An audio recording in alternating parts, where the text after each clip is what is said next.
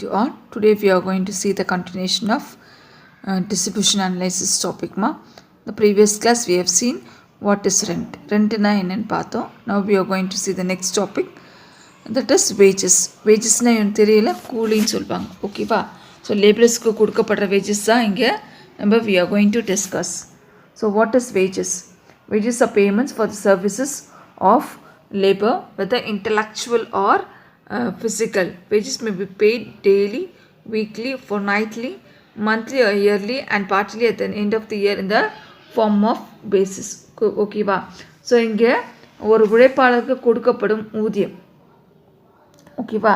So அவங்க செய்கிற செயலுக்கு கொடுக்கப்படுற ஊதியம் தான் என்னன்னு சொல்கிறாங்க, கூலின்றது தான் என்னது வேஜஸ்ன்னு சொல்கிறாங்க. ஸோ அது அறிவாகவும் இருக்கலாம், அவங்களுடைய அறிவை யூஸ் பண்ணி வேலை செய்கிறதாகவும் இருக்கலாம், உங்கள் உடல் உழைப்பாகவும் இருக்கலாம். ஸோ எதுவாக இருந்தாலும் சரி அவங்க செய்கிற வேலைக்கு கொடுக்கப்படுற கூலி தான் வேஜஸ். ஸோ அது வந்து தினக்கூலி, வாரக்கூலி, ஸோ இல்லை மாத கூலி, சில வருஷத்துக்கு ஒரு தடவை, இல்லை ஒரு பார்ட்னராக இருந்தால் என்ன பண்ணலாம், 6 மாதத்துக்கு ஒரு கூட என்ன பண்ணலாம், ஃபார்ம் ஆஃப் போனஸாக என்ன பண்ணலாம் அவங்க கொடுக்கலாம். ஸோ கூலின்றது இப்படி தான் கொடுக்கணும்னு இல்லை, அவங்க வேலைக்கு ஏற்ற மாதிரி அவங்களுடைய வேஜஸ் வந்து ஃபிக்ஸ் பண்ணப்படும். ஓகேவா? So wages is a price paid to the labour for the service rendered. A sum of money paid under contract by an employer to a worker for the service rendered. So இங்கே employer தன்னுடைய எம்ப்ளாயிக்கு contract மாதிரி நான் இவ்வளோ கொடுக்குறேன்ற ஒரு contract பேசிஸில் அவங்க செய்கிற சர்வீஸஸுக்கு rented பண்ணுற அமௌண்ட் ஆஃப் மணி தான் என்னது வேஜஸ்ன்னு சொல்கிறாங்க. ஓகேவா? இது யார் சொன்னதுன்னா பென்ஹாம். ஸோ வேஜஸ் வந்து 4 டைப்ஸாக பிரிக்கிறாங்க. ஒன்று வந்து nominal or money wages, real wages, time wages and piece wages. What is nominal wages? Nominal wages are referred to wages paid in terms of money. So nominal wages na என்ன? So அவங்க செய்யும் வேலைக்காக கொடுக்கப்படும் கூலி எதுவாக இருக்கும், பணமாக இருக்கும். என்ன வேலை செஞ்சுருந்தாலும் அதற்கு பதிலாக என்ன பண்ணுவாங்க, பணமாக கூலி கொடுப்பது தான் real wages, nominal or money wages. Real வேஜஸ்னா என்ன? Real wages are the wages paid in terms of goods and services. At real wages are purchasing power of money wages, purchasing power of money wages. So இங்கே வந்து அவங்களுக்கு வந்து அவங்க செய்யும் வேலைக்கு என்ன பண்ணல, அவங்க பணத்தை கொடுக்கல, அதுக்கு பதில் என்ன பண்ணுறாங்க, பொருளாகவும் சர்வீஸாகவும் அவங்க என்ன பண்ணுறாங்க, டிஆர் ரெண்டரிங். ஓகேவா? ஸோ அதுதான் இங்கே சொல்கிறாங்க. இப்போ ஏன் இப்படி சொல்கிறாங்கன்னா, hence real wages are the purchasing power of money wages. So இப்போ அவங்க வந்து இங்கே வந்து ரியல் வேஜஸ் எப்படி அவங்க கனெக்ட் பண்ணுறாங்க, purchasing power of money wages அவங்க கணக்கு எடுத்துக்கிறாங்க. ஓகேவா? ஸோ ரியல் வேஜஸ்ன்றது என்னென்னா குட்ஸ் அண்ட் சர்வீஸ் வந்து ப்ரொடியூஸ் பண்ணுவாங்க. அதாவது ஃபார் எக்ஸாம்பிள் அவங்க செய்கிற வேலைக்கு வந்து அவங்க பணமாக கொடுக்கறதில்ல, அதுக்கு பதில் திருப்பி ஏதாவது பொருளாவோ இல்லை சர்வீஸாவோ ரெண்டர் பண்ணுவாங்க. ஓகேவா? ஸோ ஃபார் எக்ஸாம்பிள் ஒரு மார்க்கெட்டில் ஒரு கூலி தொழிலாளி மூட்டை தூக்கி போடுறாங்கன்னா, ஸோ அன்றைக்கி தேவையான அவங்க பொருட்கள், சமையலுக்கு தேவையான பொருட்கள் வந்து கொடுத்து அனுப்புறது. ஒரு ஹோட்டலில் செய்கிறாங்கன்னா அன்றைக்கி தேவையான மிச்சம் மீதி பொருட்களை கொடுத்து அனுப்புறது. ஓகேவா? ஸோ இந்த மாதிரி நீ செய்கிற வேலைக்கு திருப்பி பணமாக கொடுக்காம அதுக்கு பதில் உடல் உழைப்பாவோ இல்லை வந்து பொருளாவோ கொடுக்கப்படுறது தான் இந்த ரியல் வேஜஸ். எஸ். பீஸ் வேஜஸ்னால் என்ன? Works that are paid on the basis of quantum work done. Quantum ஒர்க்னா குவான்டிட்டி, அளவு, நீ எந்த அளவுக்கு வேலை செய்யோ அந்த அளவுக்கு உனக்கு பணம் வழங்கப்படும். பீசஸ்னால் எந்த அளவுக்கு piece of work you are doing. For example export business, garment business, அப்புறம் ஃபேக்ட்ரிஸு. ஸோ ஒரு நாளைக்கு இத்தனை பீஸ் வந்து நீ தைச்சன்னா உனக்கு வந்து இவ்வளோ அமௌண்ட் கொடுப்பேன். ஸோ பீஸ் ரேட்டுன்னு சொல்லுவாங்க. கை கால்லாம் ஒட்டி என்ன பண்ணுவாங்க, ஜாயின் பண்ணி ஒரு ஷர்ட்டுக்கு நீ 5 ரூபாய் இல்லை 10 ரூபான்னு கணக்கு போட்டாங்கன்னா அன்றைக்கி நீ எத்தனை ஷர்ட் தைக்கிறேன், 50 ஷர்ட் தைச்சுன்னா ஒரு ஷர்ட் 5 ரூபான்னா 50 ஷர்ட் தைச்சுன்னா அன்றைக்கி உன்னுடைய கூலி எவ்வளோ, உன்னோட வேஜஸ் வந்து 250 ருபீஸ். 10 ரூபா இருந்தால் என்ன, 500 ருபீஸ். ஓகேவா? ஸோ இந்த மாதிரி நீ செய்கிற வேஜஸ் பீஸ் கணக்கில் சொல்கிறது. ஓகேவா? ஸோ அதுதான் என்னது பீஸ் வேஜஸ். ஃபார் எக்ஸாம்பிள் வேறு என்ன செய்யலாம், நீ இந்த அளவுக்கு ஒரு நாளைக்கு வந்து ஒரு மேட்ச் பாக்ஸோ இல்லை ஒரு நாளைக்கு இத்தனை வண்டி வந்து வெளியே போகணும், பார்ட்ஸ் மாற்றி வெளியே போகணும். அங்கங்கே ஸ்பேர் பார்ட்ஸ் மாற்றுவாங்கல்ல. ஸோ ஒரு வண்டி ரெடி பண்ணுறாங்கன்னா அதில் வந்து நிறைய ஃபார்மாலிட்டிஸ், நிறைய ஸ்பேர் பார்ட்ஸ் இருக்கும். ஸோ இந்த நீ எத்தனை பார்ட்ஸ் ஃபிக்ஸ் பண்ணி ஒரு வண்டி வெளியே அனுப்புறியோ, புது வண்டியை வெளியே அனுப்புறியோ அந்த அளவுக்கு உனக்கு வந்து பைசா வரும். நீ ஒரு நாளைக்கு 20 வண்டி ரெடி பண்ணி அமிச்சின்னா ஒரு வண்டிக்கு 5000னா அப்போ 20 வண்டிக்கு என்ன வரும், எவ்வளோ வருமா, 5000னா அப்போ அது போகும், எங்கேயோ போகும் அமௌண்ட்டு. ஸோ அந்த மாதிரி கணக்கு பேசிஸ் கொடுக்குறது தான் இது. ஓகேவா? ஸோ நீ எத்தனை பீஸ் ரேட்டுக்கு பொருள் ரெடி பண்ணுறியோ அந்த அளவுக்கு என்ன பண்ணப்படும், உனக்கு வந்து அமௌண்ட் வந்து பே பண்ணப்படும். டைம் வேஜஸ்னால் என்ன? So wages that are paid on the basis of the amount of time the workers work. So எந்த அளவுக்கு எந்த டைமுக்கு அவங்க ஒர்க் பண்ணுறாங்க. நீ 6 மணி நேரம் ஒர்க் பண்ணினா உனக்கு வந்து 6000, 8 மணி நேரம் ஒர்க் பண்ணினா உனக்கு 8000, 9 மணி நேரம் ஒர்க் பண்ணினா 9000, நைட் ஷிஃப்ட்லாம் பார்த்தீங்கன்னா உனக்கு 10,000 12,000. ஸோ இந்த மாதிரி ஒர்க் பேசிஸ்லேயும் என்ன பண்ணுவாங்க, டைம் 8 மணி நேரம் வேலை செஞ்சால் உனக்கு இவ்வளோ கொடுப்பேன், 8000 கொடுப்பேன். 6 மணி நேரம் வேலை செஞ்சால் உனக்கு என்ன பண்ண கொடுப்பேன், 6000 கொடுப்பேன். நைட் ஷிஃப்ட்லாம் சேர்த்து பண்ணினா உனக்கு எக்ஸ்ட்ரா அமௌண்ட்டே கொடுப்பேன். ஸோ எல்லாமே இங்கே நேர கணக்கு தான் சொல்கிறாங்க. ஓகேவா? So these are the 4 types of wages. This is a very very important 3 mark question. வேஜஸில் டைப்ஸ் ஆஃப் வேஜஸ் வந்து வெரி வெரி இம்பார்ட்டன்ட் கொஸ்டின். ஓகேவா? அடுத்தது now we are going to see the theories of wages. Last class நம்ம theories of rent பார்த்தோம்ல, Ricardian theory of rent பார்த்தோமா? ஓகேவா? So அதே மாதிரி இப்போ இங்கே வந்து வேஜஸோட தியரிஸ் பார்க்க போகிறோம். ஃபர்ஸ்ட் வந்து subsistence theory of wages. So subsistence theory is one of the oldest theory of wages. It was first explained by Socrates, a group of French economists, and restated by Ricardo. So subsistence theory தான் இருக்கிற தியரியில் oldest theory of wages. ஓகேவா? So அங்கே இருக்க இயற்கைவாதிகள் என்ன பண்ணுறாங்க, ஒரு group of economist இருக்காங்க. அவங்க தான் சொல்கிறாங்க இயற்கைவாதிகள் சொல்கிறாங்க. சக்ரட்டிஸ்ட் என்னன்னா இயற்கைவாதிகள். ஸோ அவங்க என்ன பண்ணுறாங்க, ஒரு குரூப்பை ஃபார்ம் பண்ணி அவங்க தான் இந்த கான்செப்டை கொண்டு வராங்க. கூலினா இப்படி தான் இருக்கணுன்ற கான்செப்டை கொண்டு வராங்க. அதை அகெயின் ரீஸ்டேட் பண்ணுறது யார், David Ricardo. So according to this theory wages must be equal to the subsistence level of the labourer and his family. Subsistence means the minimum amount of food, clothing and shelter which workers and the family require for existence. So இங்கே wages கொடுக்கப்படுற கூலி ஒரு மனிதனுடைய அத்தியாவசிய பொருட்களை, ஒரு மனிதனுடைய தேவை மட்டும் இல்லை அவரோட குடும்ப தேவையும் பூர்த்தி செய்கிற அளவுக்கு, அத்தியாவசிய தேவையாவது அவங்களுக்கு பூர்த்தி செய்கிற அளவுக்கு கூலிகள் வழங்கப்படணும். ஸோ அவரை மட்டும் இல்லை அவர் ஃபேமிலிக்கும் சேர்த்து அத்தியாவசிய பொருட்களை பூர்த்தி செய்கிற அளவுக்கு கொடுக்கப்படுற கூலி வந்து கண்டிப்பாக இருக்கணும். ஸோ அந்த மாதிரி கொடுக்கப்படுற கூலி தான் என்னது, சப்ஸ்டன்சி தியரி ஆஃப் வேஜஸ்ன்னு சொல்கிறாங்க. ஸோ அந்த மாதிரி தான் கொடுப்பாங்களாம். இந்த தியரியை பொறுத்தவரையிலும் அவங்களோட பேசிக் நீட்ஸ் என்ன பண்ணணும், கண்டிப்பாக ஃபுல்ஃபில் ஆகிற மாதிரி தான் கொடுக்கப்படணும் கூலி அப்படின்னு சொல்கிறாங்க.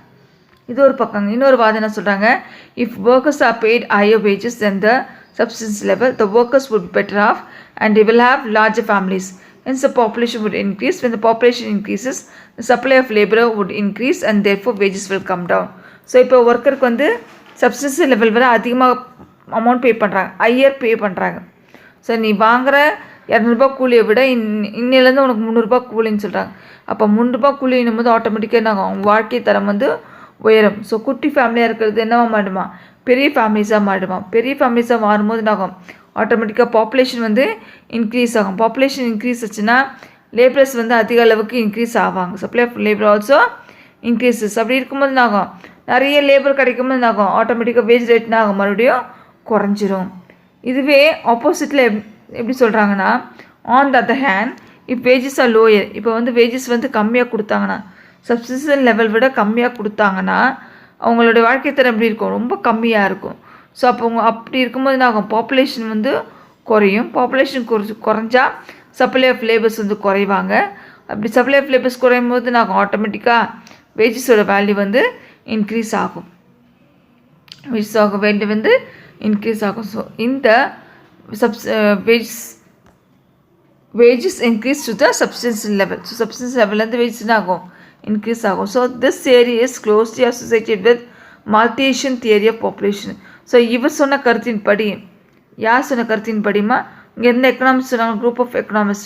ஸோ அவங்க சொன்ன கருத்தின்படி சப்ஸ்டன்ஸ் தியரி ஆஃப் எக்கனாமிக்ஸ் இதோட கலந்துருக்கான், இதோட இணைந்து இருக்குன்னா, அவர் யாரோட கருத்தோடு இணைந்து இருக்குன்னா Malthusian theory of population. So Malthusian theory of பாப்புலேஷனோட அவரோட தியரியோட இது வந்து கனெக்டிவிட்டி ஆகிருக்கு அப்படின்னு சொல்கிறாங்க. ஓகேவா? So this theory hold that the wages of workers would be above or below the subsistence level of labourer and his family.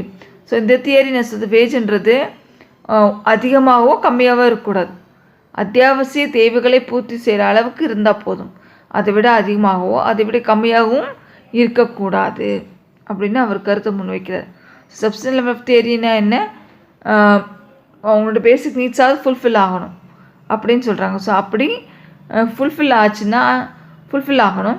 அதை விட வேஜஸ் அதிகமாச்சுன்னா ஆட்டோமேட்டிக்காக பாப்புலேஷன் இன்க்ரீஸ் ஆகும். பாப்புலேஷன் இன்க்ரீஸ் ஆச்சுன்னா வேஜஸ் வந்து குறைஞ்சிரும்ன்றாங்க. இல்லை அதான் என்ன பண்ணுறாங்க, வேஜஸ் வந்து கம்மியாக கொடுத்தாங்கன்னா, சப்ஸ்டன்ஸ் லெவலோட கம்மியாக கொடுத்தாங்கன்னா வாழ்க்கை தரம் வந்து குறைஞ்சிரும். ஆட்டோமேட்டிக்காக அவங்க என்ன பண்ணுவாங்க, அவங்களுடைய ஃபேமிலி வந்து ஸ்மால் ஃபேமிலியாக மாறிடும். ஆட்டோமேட்டிக்காக வேஜ் ரேட் வந்து டிக்ரீஸ் ஆகிடும். ஸோ இந்த மாதிரி தியரி எதோட கனெக்ட் ஆகிருக்கா, மல்டிஷன் தியரி ஆஃப் பாப்புலேஷனோட கனெக்ட் ஆகிருக்கா. ஓகேவா. ஸோ அவர் என்ன சொல்கிறாரு, வேஜஸ்ன்றது அவங்களுடைய ஃபேமிலிக்கும் அவர்களுக்கும் அத்தியாவசிய தேவைகளை பூர்த்தி செய்கிற மாதிரி கண்டிப்பாக இருக்கணும். அதற்கு மேலாகவோ அதற்கு கீழாகவோ கம்மியாகவோ என்ன கூட அது கண்டிப்பாக இருக்கக்கூடாது அப்படின்னு சொல்கிறாங்க. ஓகேவா. ஸோ இதனோட கிரிட்டிசிசம் என்ன, role of trade unions in collective bargainings are not found.